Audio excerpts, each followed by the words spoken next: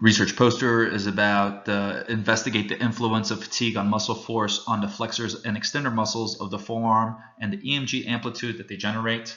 Some background on this is that we all know that EMG is widely used to assess muscular contractions and force outputs. Found some article to back up some reliability and validity on this issue of using EMG to analyze isometric submaximal muscular contraction, and also to back up the hypothesis. Found an article that states the increase in surface EMG during isometric contraction largely due to recruitments of larger motor units as the muscle becomes progressively fatigued.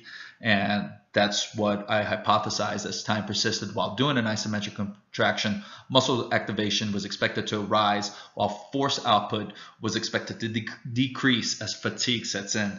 So we had 8 subjects, 5 women and 3 men.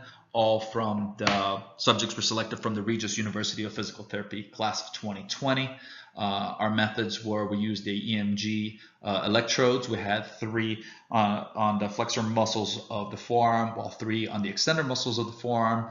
And we had a standardized position with the arm held at away from the body at its side with the elbow flex at 90 degrees. We had them hold dynamometer for the hand grips, and we first had them do a maximal contraction, and then we took 25% of that peak force to set up an isometric contraction to have them hold, and we recorded EMG values at every 15 seconds while they held that 25% of the peak force isometric contraction.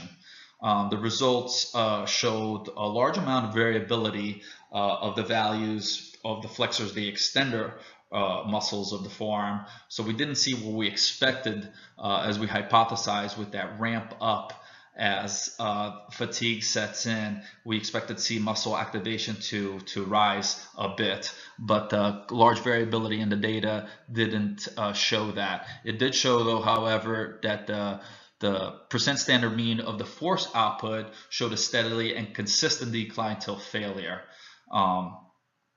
So again, we had that large variability, which didn't back up the hypothesis, but with that force output, we saw it steadily declined. Previous literature indicates that an increased EMG signal was expected to see, and this was because motor unit activity to compensate for the decrease in contractile proteins to sustain that isometric force.